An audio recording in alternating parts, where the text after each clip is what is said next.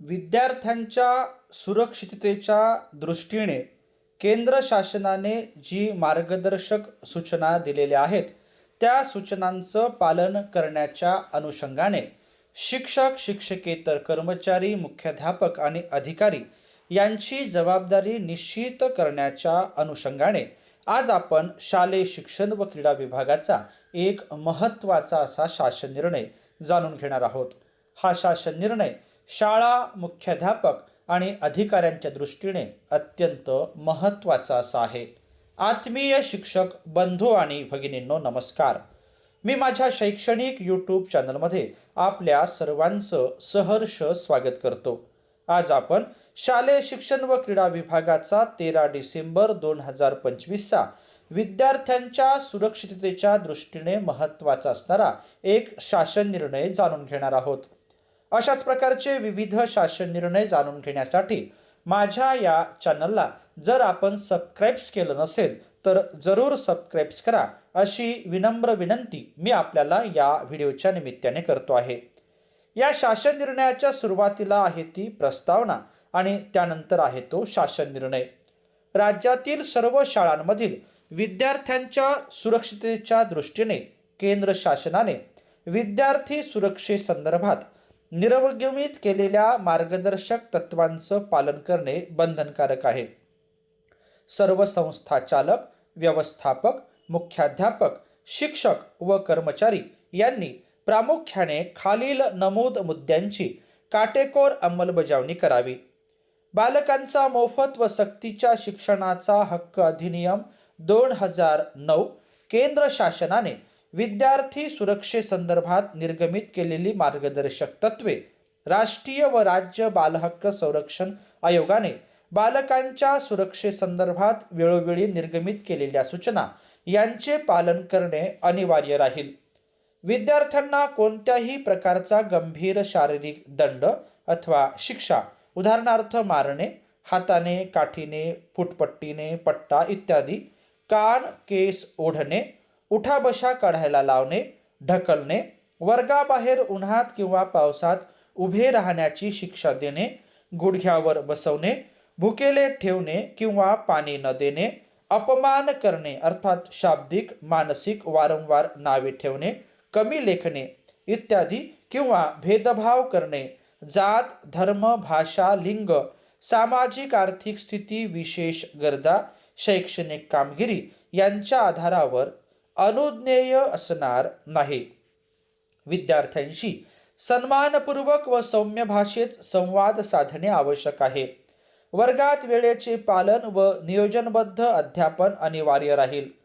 विशेष गरजा असलेल्या विद्यार्थ्यांसाठी आणि मुलांसाठी सुरक्षित पायाभूत सुविधा उपलब्ध करून देणे, विद्यार्थ्यांना उत्तम दर्जाचा पोषण आहार देणे, पिण्यासाठी स्वच्छ पाणी देणे, वेळेवर वैद्यकीय मदत करणे, विद्यार्थ्यांच्या तक्रारीवर त्वरित कार्यवाही करणे इत्यादी बाबतीत कोणताही निष्काळजीपणा करण्यात येऊ नये. शाळेच्या आवारात गुंडगिरी, भेदभावपूर्ण कृती, मादक पदार्थाचे सेवन करण्यास प्रतिबंध असून याबाबत भंग होणार नाही याची दक्षता घेण्यात यावी. अपरिहार्य कारणाशिवाय विद्यार्थ्यांसोबत वैयक्तिक संदेश, चॅट, सोशल मीडिया इत्यादीद्वारे संवाद करण्यात येऊ नये.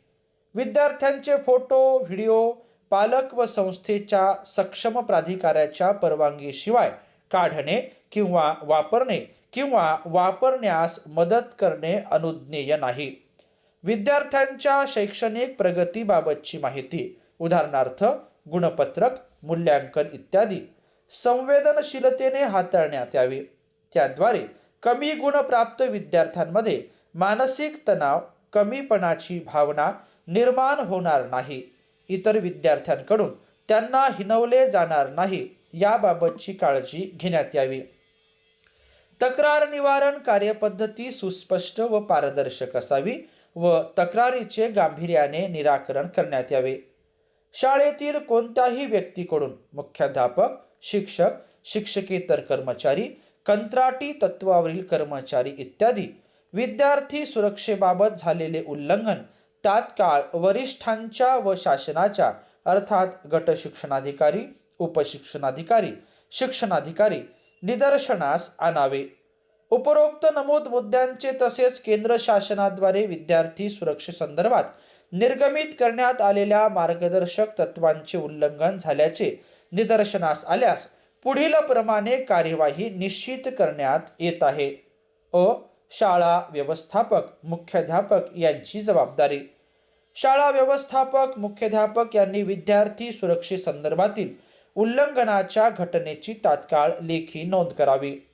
सदर घटनेबाबत संबंधित विद्यार्थी, पालक, संबंधित शिक्षक, शिक्षकेतर कर्मचारी यांच्याशी सविस्तर चर्चा करण्यात यावी. घटनेशी संबंधित प्राथमिक माहिती अर्थात CCTV, तक्रार निवारण, उपस्थितीबाबतच्या नोंदणी सुरक्षितपणे जतन करून ठेवाव्यात. घटनेशी संबंधित दस्तावेज, CCTV फुटेज व अन्य पुराव्यांशी छेडछाड करण्यात येऊ नये. संबंधित घटनेची प्राथमिक चौकशी करून 2 दिवसांच्या आत शिक्षण विभागास, गट शिक्षणाधिकारी, शिक्षणाधिकारी कार्यालयास अहवाल सादर करावा.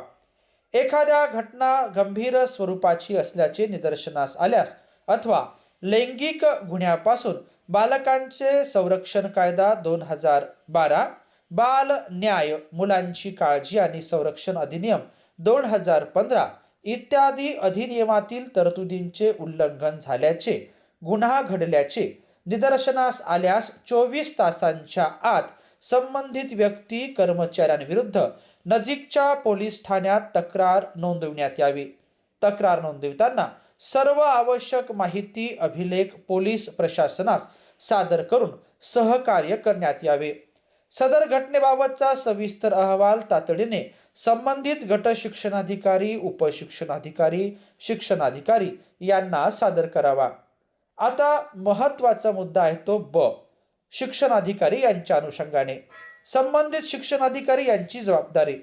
शाळा व्यवस्थापक, मुख्याध्यापक यांनी सादर केलेल्या प्राथमिक चौकशी अहवालाची नोंद करून घेणे. विद्यार्थ्यांच्या सुरक्षेसंदर्भात घडलेले एखादे प्रकरण गंभीर स्वरूपाचे म्हणजेच लैंगिक गुन्ह्यापासून बालकाचे संरक्षण कायदा 2012, बाल न्याय, मुलांची काळजी आणि संरक्षण अधिनियम 2015 इत्यादी अधिनियमामधील तरतुदींचे उल्लंघन झाल्याचे, गुन्हा घडल्याचे निदर्शनास आल्यास शिक्षणाधिकारी यांनी सदर बाब तात्काळ तपासावी. संबंधित घटनेशी संबंधित व उपस्थित असलेल्या विद्यार्थी, पालक, शिक्षक, शिक्षकेतर कर्मचारी, शाळा व्यवस्थापक इत्यादी यांची साक्ष नोंदवून घ्यावी. आवश्यक असल्यास संबंधित व्यक्तीकडून लेखी निवेदन घेण्यात यावे. शाळेतील CCTV, उपस्थितीची नोंद, आवश्यक असल्यास वैद्यकीय अहवाल व इतर संबंधित दस्तावेज, पुरावे तपासावे. तसेच घटनेशी संबंधित कागदपत्रे, पुरावे सुस्थितीत असल्याची, छेडछाड झालेली नसल्याची खात्री करून घ्यावी. बालकांच्या सुरक्षेसंदर्भात निर्गमित करण्यात आलेल्या मार्गदर्शक सूचना, कायदेशीर तरतुदी तपासून व चौकशी दरम्यान आढळून आलेल्या नोंदी विचारात घेऊन सविस्तर अहवाल, संबंधित कर्मचारी घटनेस दोषी आहे किंवा कसे यांच्या शिफारशीसह तात्काळ संबंधित विभागीय शिक्षण उपसंचालक यांना सादर करावा. गंभीर स्वरूपाच्या प्रकारांमध्ये संबंधित शाळा व्यवस्थापनाने, मुख्याध्यापकाने नजीकच्या पोलीस ठाण्यात गुन्हा अथवा तक्रार नोंदवली आहे किंवा कसे याची पडताळणी करून घ्यावी. अशा प्रकरणामध्ये गुन्हा दाखल केलेला नसल्याचे निदर्शनास आल्यास आवश्यक तपासणी करून घटनेशी संबंधित व्यक्ती, कर्मचाऱ्यांविरुद्ध तात्काळ नजीकच्या पोलीस ठाण्यात गुन्हा नोंद करावा. अशा घटनेबाबत संबंधित शाळा प्रशासन अथवा व्यवस्थापनाने पोलीस ठाण्यात तक्रार केली नसल्याचे निदर्शनास आल्यास अशी प्रकरणे गांभीर्याने हाताळण्यात यावीत. सर्व घटनेबाबतची माहिती तसेच शालेय दस्तावेज, अभिलेख, CCTV फुटेज इत्यादी तपासण्यात येऊन त्या आधारे संबंधित व्यक्ती, कर्मचाऱ्यांविरुद्ध पोलीस ठाण्यात गुन्हा नोंदवण्यात यावा. संबंधित शाळा प्रशासनाने, व्यवस्थापनाने सदर गुन्ह्याची बाब लपविण्याचा अथवा गुन्ह्याशी संबंधित माहिती, अभिलेख, CCTV फुटेज इत्यादी लपविण्याचा अथवा नष्ट करण्याचा प्रयत्न करत असल्याचे निदर्शनास येत असल्यास संबंधित प्रशासकीय अधिकारी, मुख्याध्यापक तसेच व्यवस्थापनाविरुद्ध देखील गुन्हा नोंदविण्यात यावा. विभागीय सुमोटो कारवाई. एखादी घटना वृत्तपत्र, दूरदर्शन, आकाशवाणी वा इतर समाज माध्यमातून समजल्यास संबंधित शिक्षणाधिकारी, गट शिक्षणाधिकारी यांनी स्वतःहून चौकशी सुरू करावी. संबंधित घटनेची शिक्षणाधिकारी यांनी नोंद घ्यावी व तदनंतर उपरोक्त परिच्छेद क्रमांक 2 ब मध्ये नमूद कार्यपद्धतीनुसार कार्यवाही पूर्ण करावी. अशा सर्व घटनांची नोंद विशेष नोंदणी रजिस्टरमध्ये ठेवण्यात यावी. जाणून बुजून चुकीची माहिती, अहवाल सादर केल्याचे निदर्शनास आल्यास अथवा अशा गंभीर प्रकरणामध्ये तातडीची कार्यवाही करण्यास टाळाटाळ, दिरंगाई किंवा दिशाभूल करणारी माहिती, अहवाल सादर केल्यास संबंधित अधिकाऱ्यांवर शिस्तभंग विषयक कारवाई करण्यात यावी. विद्यार्थ्यांच्या सुरक्षेसाठी व शिक्षकांमध्ये व्यावसायिक, नैतिक आणि शिस्तबद्ध वातावरण निर्माण करण्यासाठी तसेच विद्यार्थ्यांच्या सुरक्षेसंदर्भातील बाब उद्भवल्यास सदर प्रकरणाचा तातडीने निपटारा करण्यासाठी उपरोक्त कार्यपद्धती तयार करण्यात आली असून सर्वांनी ती काटेकोरपणे पाळणे बंधनकारक आहे. सदर शासन निर्णय महाराष्ट्र शासनाच्या संकेतस्थळावर उपलब्ध असून तो आपण सांकेतांक क्रमांकाच्या साहाय्याने पाहू शकता. विद्यार्थ्यांच्या सुरक्षिततेच्या संदर्भात हा शालेय शिक्षण विभागाचा एक महत्त्वाचा असा शासन निर्णय आहे. तो आपण थोडक्यामध्ये या ठिकाणी जाणून घेतला.